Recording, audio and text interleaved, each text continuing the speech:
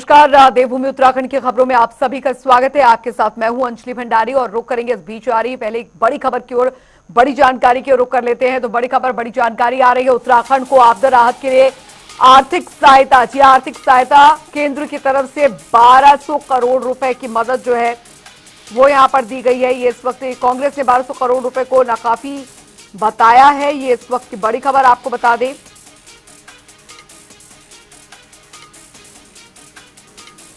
तो उत्तराखंड को आपदा राहत के लिए आर्थिक सहायता केंद्र की तरफ से 1200 करोड़ की दी गई है, लेकिन कांग्रेस ने इसे नाकाफी बताया है। ऊंट के मुंह में जीरा बताया है। कांग्रेस ने 1200 करोड़ रुपए को बताया नाकाफी। ये इस वक्त की बड़ी खबर। हरीश रावत और विधायक प्रीतम सिंह ने सवाल उठाए हैं इस पर। केंद्र से अपेक्षित मदद नहीं मिली। कांग्रेस की तरफ से कहा गया है उत्तराखंड को आपदा राहत के लिए आर्थिक सहायता केंद्र की तरफ से 1200 करोड़ रुपए की मदद दी गई है, लेकिन विपक्ष का कहना है कि ये सिर्फ एक ऊंट के मुंह में जीरे के बराबर है, ये नाकाफी है। ये मदद उत्तराखंड में भारी त्रासदी आई है इस आपदा में और केंद्र की तरफ द्वारा चाही गई, मांगी गई तथ्यात्मक रिपोर्ट के आधार पर तैयार की गई मांग के सापेक्ष बहुत कम धनराशि देने से जो आपदा पीड़ितों में और राज्य के लोगों में निराशा व्याप्त हुई है, हम उस निराशा से दुखी हैं। राज्य सरकार द्वारा चाही गई के मुंह में जीरे के समान है और मैं समझता हूं कि देवी आपदा में कल कहा तो है जो नॉर्म्स हैं उन नॉर्म्स में शिथिलता प्रदान की जाए, लेकिन अभी तक ऐसा होता हुआ दिखाई नहीं दे रहा। इस समय जो आपदा आई है उस पर जो है देश के प्रधानमंत्री जी द्वारा जो पैकेज दिया गया है, मैं समझता हूं कि वो नाकाफी है और राज्य सरकार को चाहिए कि डबल इंजन की सरकार है, उसका प्रयोग करते हुए जो क्षति उस राज्य के अंदर हुई है उसकी भरपाई करने का काम केंद्र की सरकार करे। केंद्र की तरफ से जो 1200 करोड़ रुपए का या राहत राशि मिली है उसे नाकाफी कांग्रेस बता रही है, लेकिन ऐसा क्यों, ये हम जान लेते हैं। प्रवक्ता हमारे साथ जुड़ गए हैं बीजेपी से, कमलेश रमन जी हमारे साथ जुड़ गए हैं और कांग्रेस प्रवक्ता प्रतिभा सिंह हमारे साथ जुड़ गई हैं। आप दोनों का ही बहुत बहुत स्वागत है। कमलेश रमन जी, केंद्र से मदद मिली जरूर है उत्तराखंड को, जो आपदा जो त्रासदी जो नुकसान उत्तराखंड में हुआ है जनजीवन का, लेकिन कांग्रेस उस मदद को नाकाफी बता रही है, ऊंट के मुंह में जीरा बता रही है।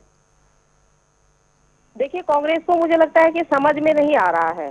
1200 करोड़ जो धनराशि हमें मिली है वो फौरी तौर पर मिली है कि तत्काल जो लोगों को हम मदद दे सकते हैं वो हम इससे देंगे। क्या केंद्र ने अपने दरवाजे बंद कर दिए हैं उत्तराखंड के ऊपर कि वो आगे मदद नहीं देंगे? जबकि प्रधानमंत्री जी जब अभी उत्तराखंड के अंदर आए तो उन्होंने स्पष्ट तौर पर कहा कि अलग अलग मद में जो भी आकलन होगा उसके आधार पर हम आगे यहाँ राहत राशि देने का काम करेंगे, मदद देने का काम करेंगे। लेकिन कांग्रेस को कहीं ना कहीं आपदा में भी अवसर ढूंढने की जो है आदत सी पड़ गई है और उन्हें ऐसा लगता है कि केंद्र सरकार की जो राशि है वो यहीं पर बंद हो गई है।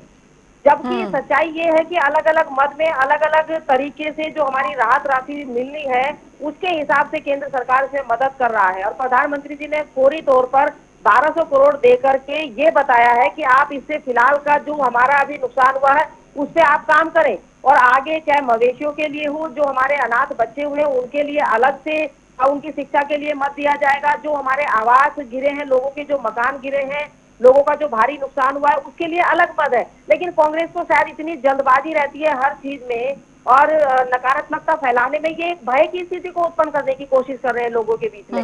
ये लोगों को ये बताने की कोशिश कर रहे हैं कि केंद्र सरकार ने 1200 दे करके बस आंखें बंद कर ली है, लेकिन सच्चाई तो ये है कि कांग्रेस इसमें जिस तरीके से राजनीति कर रही है, लोग सब देख रहे हैं, जनता सब देख रही है इन सारी चीजों को, लोगों को मदद मिल रही है, लोगों को गुमराह करने की कोशिश कर रही है कांग्रेस, ऐसा कहना है बीजेपी का। प्रतिमा सिंह जी, कमलेश रमन जी को आपने सुना, उन्होंने कहा कि इस पर राजनीति नहीं होनी चाहिए, ये तो फौरी राहत है, अभी और जो राहत है केंद्र द्वारा दी जाएगी। इतनी जल्दबाजी कांग्रेस को क्यों है इस तरह की बयानबाजी देने की? देखिए, ये अगर इंटरिम जो है रिलीफ है, तो इंटरिम रिलीफ में आप समझ लीजिए अंजलि जी कि 1 महीने से ज्यादा का वक्त धराली आपदा को हो चुका है। धराली के बाद थराली आपके समक्ष है। चमोली से उत्तरकाशी, पौड़ी, यमुनोत्री, बद्रीनाथ जी, हर जगह स्याना चट्टी में आपने देखा कि लोगों ने जो है किस तरीके से प्रदर्शन करने का कार्य किया। तो हर जगह जो है पूरा प्रदेश आपदाग्रस्त है। नरेंद्र मोदी जी 1 महीने बाद उनको याद आती है, वो आते हैं और वो भी इस प्रदेश की जनता को मायूस करके चले जाते हैं। ये एंटरिम, अगर ये एंटरिम है तो फिर ये कह के भी तो जाते कि अभी जो और हमारी जो कमिटी, हमारे जो सदस्य आए हैं वो मॉनिटरिंग करेंगे, उसकी जो है इन्वेस्टिगेशन करेंगे, सारी चीजों का निरीक्षण करेंगे और उसके बाद जो तय किया जाएगा उसके बेसिस पे हम और आपको राहत पहुंचाने का कार्य करेंगे। 1200 करोड़ रुपए वो देने का कार्य कर रहे हैं। 1200 करोड़ रुपए वो भी तब जबकि खुद सरकारी आंकड़ों के हिसाब से 2500 करोड़ रुपए का तो इस मानसून जो ये इस साल का है उसमें नुकसान जो है झेलना पड़ा है जो है प्रदेश को। और 5700 करोड़ तो उनके खुद के मुख्यमंत्री मांग रहे हैं जो है प्रधानमंत्री जी से। तो क्या फायदा हुआ डबल इंजन की सरकार को, जब डबल इंजन की सरकार करके आपने सत्ता पे काबिज हो गए, उसके बावजूद भी जो है अगर आपके खुद के मुख्यमंत्री जो है 5700 करोड़ रुपए मांग रहे हैं और आप उन्हें नहीं दे पा रहे हैं, तो ये भारतीय जनता पार्टी का दोहरा चरित्र है। अभी अगर चुनाव 4 महीने बाद होते तो इस प्रदेश के लिए भी केंद्र सरकार की तिजोरियां जो है खुल चुकी होती, लेकिन दुख इस बात का है कि चुनाव में अभी वक्त है। क्योंकि बिहार में आपने देखा चुनाव है तो 2 महीने पहले है कि अगस्त में अभी अनाउंस कर दिया वहां पर कि 13,000 करोड़ रुपए की परियोजनाओं को, अभी 2 दिन पहले 11,500 करोड़ रुपए अनाउंस कर दिए बाढ़ से निपटने के लिए। तो क्या बिहार की बाढ़ की स्थिति, उत्तराखंड में जो हमने लोगों ने अपने लोगों को खोया है, लोगों ने अपना सब कुछ खो दिया, क्या उससे ज्यादा रहद है कि वो आज उत्तराखंड को नरेंद्र मोदी जी की जरूरत है जिसे वो अपना घर कहते हैं? बिल्कुल। वो भारतीय जनता पार्टी के लिए सिर्फ और सिर्फ राजनीति, सत्ता पे काबिज होना महत्वपूर्ण। कमलेश रमन जी, सवाल वाजिब है प्रतिमा जी का। प्रधानमंत्री जब भी उत्तराखंड आते हैं और इस बात का जिक्र जरूर करते हैं कि उत्तराखंड उनका दूसरा घर है। और अगर बात यहाँ पर उत्तराखंड में विषम परिस्थितियों की जाए तो विशेष राज्य के अगर मुताबिक देखा जाए तो यहाँ पर आपदा के समय इस तरीके की परिस्थितियां बनती है और इस साल तो स्थिति बहुत बद से बदतर गई है। अब यहाँ पर दिक्कत तो यहाँ पर यह है ना कि जितनी मदद मिलनी चाहिए क्या उतनी मदद मिल पा रही है? विपक्ष तो सवाल पूछेगा ना फिर आप लोगों से। देखिए, प्रधानमंत्री जी का हमेशा विशेष लगाव उत्तराखंड से रहा है और उन्होंने हमेशा उत्तराखंड को मदद देने का काम किया है। ऐसा नहीं है कि उन्होंने उत्तराखंड को मदद नहीं दी है। जब से हमारी आपदा आई थी, पहले फर्स्ट डे से माननीय प्रधानमंत्री जी ने उत्तराखंड को और मुख्यमंत्री जी से लगातार वो संपर्क में रहे हैं कि कहाँ क्या क्या नुकसान हुआ है, इसका आकलन सारी चीजों का लिया जा रहा है। और जो राज्य सरकार है, हमारी राज्य सरकार ने राहत कार्यों को करने का काम किया है, लोगों की मदद करने का काम किया है। सरकार ने अपनी तरफ से जो लोगों को मदद मिलनी चाहिए थी राहत कार्यों में वो देने का काम किया। और ये पहली बार हुआ, ये इतिहास में 25 साल हो गए हैं इस प्रदेश में अन्य और भी मुख्यमंत्री रहे हैं। आपदाग्रस्त क्षेत्रों में माननीय मुख्यमंत्री जी स्वयं जाकर के बैठे हैं, लोगों के बीच में प्रवास किया है, उनकी मदद करने का काम किया है, पीड़ितों के बीच में उन्होंने काम करने का जो है साहस दिखाने का काम किया। लेकिन कांग्रेस को सिर्फ राजनीति करनी है, ये कहाँ बिहार ले जाते हैं, कहाँ ले जाते हैं, अब हिमाचल में दे दिया, हिमाचल से ज्यादा दे देते तो कहते देखिए उत्तराखंड को ज्यादा दे दिया क्योंकि इनकी सरकार है। तो मुझे लगता है कि कांग्रेस को केवल राजनीति करनी है, नेगेटिविटी फैलानी है, लोगों के बीच में भ्रम की स्थिति को पैदा करने की कोशिश करनी है। मैंने कहा कि जो 1200 करोड़ यहाँ पर हमें मिला है, वो 1200 करोड़ हमें यहाँ पर तत्काल हम क्या मदद दे रहे हैं लोगों को, ये मिला है क्योंकि राज्य सरकार ने अपनी तरफ से लोगों को मदद दी है। हम 2,50,000 घायलों को दे रहे हैं, 2 लाख लोगों को दे रहे हैं, 5 लाख दे रहे हैं, लोगों के आवास बनाने के लिए दे रहे हैं। ठीक है प्रतिभा जी। देखिए सरकार क्या कर रही है और धाकड़ धामी जी क्या कर रहे हैं, ये सबके समक्ष है। भारतीय जनता पार्टी की सरकार सिर्फ झूठ बोलने का कार्य कर रही है और इस बात को साबित हमारे प्रदेश अध्यक्ष माननीय करण महाराज जी ने वहां पहुंचकर कर दिया कि जब हेडक्वार्टर से जो है धराली और जो है हर्षिल के बीच जो रास्ता जुड़ता है, जब वही टूटा हुआ था, आप कह रहे हैं कि हम तो मदद पहुंचा रहे हैं और जो है मुख्यमंत्री जी उत्तरकाशी में बैठ के राहत कार्यों का जायजा लेने का कार्य कर रहे हैं, मॉनिटरिंग कर रहे हैं। भाई किस बात की मॉनिटरिंग कर रहे हैं? आज भी वहाँ के लोग इंतजार कर रहे हैं कि उन्होंने जो अपना जो सब कुछ खोया हुआ है उसको वो कैसे वापस पाएंगे। और आप कह रहे हैं कि हम आवास के लिए पैसा दे रहे हैं, हम जो है लोगों को पैसा दे रहे हैं। अरे भाई, एक व्यक्ति के जान की कीमत 2 लाख रुपए है क्या सरकार के लिए? आप अपने लिए चाय की मुख्यमंत्री कार्यालय में त्रिवेंद्र सिंह के वक्त तो 200 करोड़ रुपए की चाय पी जाते थे भारतीय जनता पार्टी के लोग, और आप एक व्यक्ति की जान चली गई उसको 2 लाख रुपए में तौल रहे हैं। तो अगर आप कहाँ दिया आपने सिर्फ जहाँ पे चुनाव है वहीं दिया पैसा। पंजाब बर्बाद हो गया। आपने देखा कि आज पंजाब की क्या स्थिति है, वहाँ पे आप 1600 करोड़ देके आ रहे हैं। आपने देखा हिमाचल प्रदेश तबाह हो गया, वहाँ पे आप 1500 करोड़ देके आ रहे हैं। ये बड़ी शर्मनाक बात है भारतीय जनता पार्टी के लिए। आप अपने मित्रों का तो करोड़ों हजारों करोड़ का कर्ज माफ कर रहे हैं, लेकिन जनता के लिए आपके पास पैसे नहीं है। चलिए, बड़ा सवाल यहाँ पर यह है कि वाकई में जमीनी स्तर पर किस तरीके से मदद पहुंच पा रही है। बहुत बहुत शुक्रिया कमलेश रमन जी और प्रतिभा सिंह जी आपका हमारे साथ इस चर्चा में जुड़ने के लिए। लेकिन उत्तराखंड में जो त्रासदी आई उसके बाद अभी केंद्र की तरफ से फौरी राहत का ऐलान जरूर यहाँ पर किया गया है, लेकिन अभी जो राहत है वो जमीनी स्तर पर कितनी पहुंच पा रही है वो देखना काफी ज्यादा महत्वपूर्ण हो जाता है, क्योंकि उत्तराखंड में पहाड़ी जो क्षेत्र होते हैं वहां पर विषम परिस्थितियां होती हैं और ऐसी स्थिति में सरकार का ये कर्तव्य बनता है कि हर एक तक जो सहायता है वो सुनिश्चित की जाए कि वो पहुंच रही है।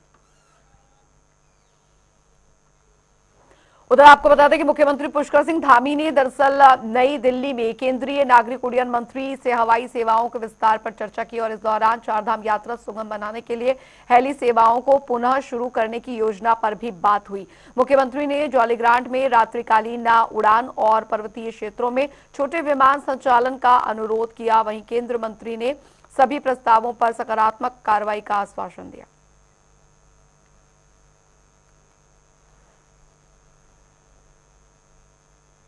मुख्यमंत्री पुष्कर सिंह धामी ने प्रदेश के विकास योजनाओं को गति देने के लिए 146.19 करोड़ रुपए की वित्तीय स्वीकृति दी है।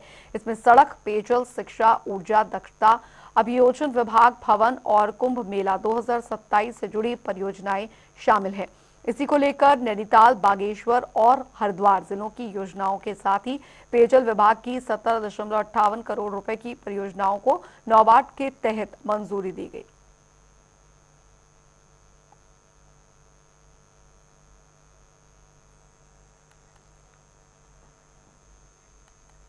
उधर प्रदेश सरकार का दावा है कि धामी सरकार ने अब तक 25,000 नौकरियां दी हैं।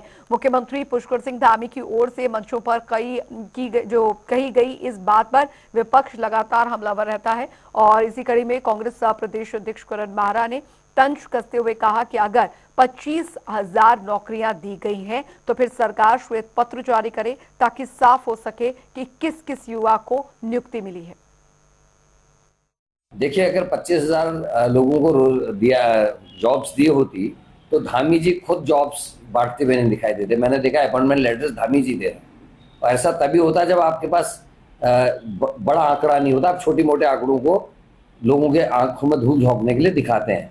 और 25,000 लोगों को अगर रोजगार दिया है, नौकरियां दी हैं, तो एक श्वेत पत्र जारी कर दें, लिस्ट जारी कर दें। पत्रकार भी देख लेंगे, विपक्ष भी देख लेगा कि वो कौन 25,000 लोग हैं, उनको क्या जॉब्स दी गई।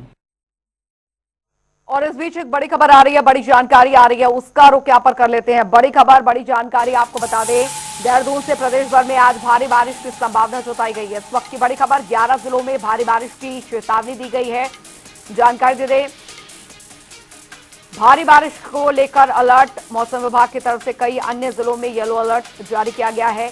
भारी बारिश से प्रदेश भर में कई मार्ग बाधित है। ये बड़ी खबर, बाधित मार्गों को खोलने का प्रयास किया जा रहा है। प्रदेश भर में आज भारी बारिश की संभावना जताई गई है। बड़ी खबर, देहरादून से 11 जिलों में भारी बारिश की चेतावनी दी गई है। ये बड़ी जानकारी आपको बता दें, नैनीताल और बागेश्वर में भारी बारिश से बहुत भारी बारिश की संभावना जताई गई।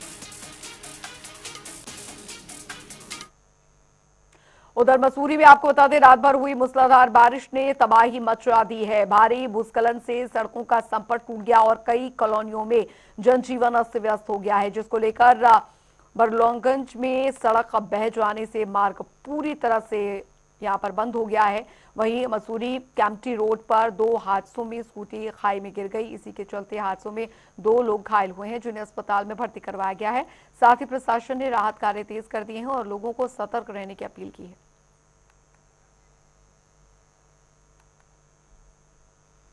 किसानों ने चीनी मिल और साथ ही जीएम और प्रभारी प्रबंधक एसडीएम डॉक्टर अमृता शर्मा से वार्ता कर नवंबर के पहले सप्ताह में पेराई सत्र समय से शुरू करने की मांग की है। बता दें आपको कि मिल का निरीक्षण कर किसानों ने खामियां देखी और चेतावनी दी कि यदि पेराई सत्र शुरू नहीं हुआ तो गन्ना प्राइवेट मिलों में दिया जाएगा। वहीं एसडीएम ने बताया कि मरम्मत कार्य अंतिम चरण में है और 10 नवंबर से पेराई सत्र हर हाल में शुरू होगा। देखो, मैडम तो कह रही हैं कि ये नवंबर के पहले हफ्ते फैक्ट्री चल जाएगी, मगर वो इंजीनियर साहब ये कह रहे हैं कुछ बिजली का सामान जो टरबाइन को लगता है उसमें कुछ देरी हो सकती है। अब ये हम पूरा विश्वास नहीं कर सकते कि ये फैक्ट्री नवंबर के पहले हफ्ते में चलेगी, क्योंकि पहले भी विश्वासन देते रहे हम ऐसे ही, और फैक्ट्री जाके चलती रही है। नवंबर के खीर पे जाके फैक्ट्री चलती रही है, हाँ, दिसंबर के खीर में। हमारी ये मांग है कि अगर फैक्ट्री पहले हफ्ते नहीं चलेगी और गन्ना सारा बाहर चले जाएगा, ये फैक्ट्री वैसे की वैसी खड़ी रह जाएगी, क्योंकि हमें गेहूं बोना होता है, हमें जल्दी गन्ना निकालना होता है। अगर देर दिखती है हमें तो हम गन्ना बाहर फेंक रहे हैं। फैक्ट्रियों वाले निहोरे कर रहे हैं बाहर राणा के और टरबैनी वाले कि गन्ना हमें दो, हमें दो। हमने कहा भैया हमने अपनी फैक्ट्री को जिंदा रखना है, इसलिए हम जब ये नई गन्ना उठाएगी तो हम आपको गन्ना देंगे। हमारे जो कृषक बंधु हैं उनको थोड़ी सी इस बात की चिंता है कि जैसे विगत वर्षों से फैक्ट्री ससमय नहीं चल पाई है। इनका ऐसा कहना है कि जो फैक्ट्री है वो नवंबर माह के फर्स्ट वीक में कम से कम चलनी चाहिए, तभी गन्ने की उपलब्धता और बाकी सारी चीजें सुनिश्चित की जा सकती हैं। तो उसी के क्रम में फैक्ट्री का एक औचक निरीक्षण रखा गया और हमारा ये पूरा प्रयास है कि हम 30 अक्टूबर तक इस फैक्ट्री को पूरा चलाने की स्थिति में ले आए, ताकि नवंबर के पहले हफ्ते में फैक्ट्री में पेराई सत्र की शुरुआत की जा सके। और अभी तक चीजें अंडर कंट्रोल चल रही हैं, ऐसी कोई भी स्थिति नहीं है कि हम 30 अक्टूबर तक अपनी ये फैक्ट्री तैयार नहीं कर पाएंगे। और इस बीच एक बड़ी खबर आ रही है, बड़ी जानकारी आ रही है, उसका रुख यहाँ पर कर लेते हैं। तो बड़ी खबर, बड़ी जानकारी आपको बता दें हरिद्वार से। हरिद्वार में हाथियों का बड़ा आतंक। जी हाँ, आवासीय क्षेत्रों में घूम रहे हाथी, क्षेत्रवासियों में भय का माहौल है। बच्चों को सुरक्षा पर खतरा मंडरा रहा है। स्थानीय लोग वन विभाग पर आरोप लगा रहे हैं। स्थानीय लोगों की प्रभावी कदम उठाने की मांग है। तो हाथियों का झुंड जो है वो रिहायशी इलाकों में घुस रहा है। बच्चों की सुरक्षा पर भी यहाँ पर कहीं ना कहीं मांग उठ रही है। प्रभावी ढंग से हरिद्वार में हाथियों का आतंक इन दिनों काफी ज्यादा बढ़ गया है। हरिद्वार प्रशासन ने सरकारी जमीनों पर अतिक्रमण रोकने के लिए फूलगढ़ गांव में अवैध रूप से बने 4 भवनों को बुलडोजर से जमींदोज कर दिया। इससे पहले संबंधित निर्माण कर्ताओं को नोटिस दिए गए थे, लेकिन उन्होंने भवन नहीं हटाए। एसडीएम जितेंद्र कुमार ने कहा कि ये कार्रवाई सरकारी संपत्ति बचाने और आम जनता के हित में की गई है।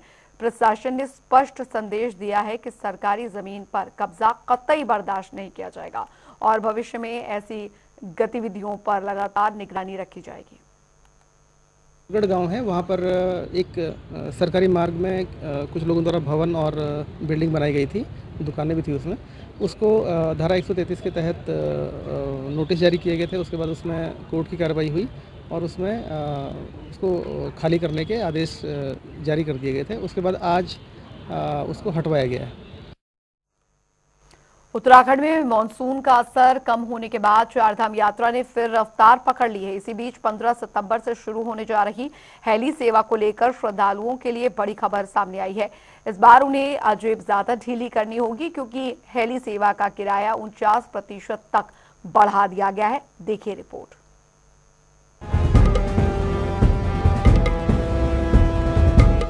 चारधाम यात्रा के दूसरे चरण में अब हवाई सेवाएं भी शुरू होने जा रही हैं। 15 सितंबर से केदारनाथ धाम के लिए हेली सेवा शुरू हो जाएंगी, लेकिन इस बार श्रद्धालुओं को हेली सेवा के किराए में भारी बढ़ोतरी का सामना करना पड़ेगा। 49% बढ़ा हेली सेवा का किराया। गुप्त काशी से केदारनाथ तक का किराया पहले 8500 रूपए, अब 12,444 रूपए। पाटा से केदारनाथ तक का किराया पहले 6500 रूपए, अब हुआ 8900 रूपए। सिरसी से केदारनाथ तक का किराया पहले 6500 रूपए, अब 8500 रूपए। यूकाडा के सीईओ आशीष चौहान ने बताया कि हेली सर्विस को सुरक्षित बनाने के लिए पुख्ता कदम उठाए गए हैं। उन्होंने जानकारी दी कि PTZ camera, ATC, 2 control room, चारों धामों में ऑटोमेटिक वेदर स्टेशन का एस्टेब्लिशमेंट किया जाना है, क्योंकि केदारनाथ के अलावा अन्य चारों धामों की हाइट काफी ऊंची है। ऐसे में मौसम हर बार कुछ ना कुछ बाधा बनकर आता है। जब आपका 30% शटल ऑपरेशंस या सॉर्टीज़ आपकी जब कम होंगी तो उस कंडीशन में जो उनके इकोनॉमिक लॉसेस हैं वो कहीं ना कहीं ऑपरेशंस को वायबल बनाने में उनके लिए इश्यूज़ आ सकते हैं। तो वही एक बेसिक रीज़न है, जिस रीज़न से कंपेलिंग रीज़न है, जिस रीज़न से थोड़ा सा प्राइस इंक्रीज़ हो रहा है। कितना इंक्रीज है? 49% के आसपास का इंक्रीमेंट है, जो कि जैसे पहले के टिकट्स जो थे वो 6000 और 8000 के हैं, और अभी के जो टिकट्स हैं वो 8500 और 12000 के आसपास में। सर ये सिक्योरिटी राशि से 12444 रुपये का प्रपोज रेट है, और सिमिलरली फाटा और सिरसी में 8000 होने के बाद बता रहे हैं। हाँ, इससे पहले के जो रेट्स हैं वो 6000 और 8000 के आसपास थे। 49% का। फाटा से केदारनाथ आप बता दीजिए। फाटा से केदारनाथ का 8500 के आसपास है, और सिमिलरली सिरसी का भी उतना ही 8900 8500 के आसपास। जीएसटी हो गया, फिर जीएसटी ये इंक्लूडेड ही है। गौरतलब है कि पहले के वर्षों में केदारनाथ, बद्रीनाथ और गंगोत्री धाम की हेली सेवाओं के दौरान हादसे हुए थे। इसके बाद DGCA ने राज्य सरकार को सख्त निर्देश दिए थे कि हेली सेवाओं को सुरक्षित बनाने के लिए एक हाई लेवल कमेटी गठित की जाए। उत्तराखंड के गृह सचिव शैलेश बगौली की अध्यक्षता में बनी कमेटी ने सिफारिश की थी कि चारों धामों में ऑटोमेटिक वेदर स्टेशन स्थापित किया जाए, ताकि उड़ानों के दौरान अचानक बदलते मौसम की चुनौतियों से निपटा जा सके।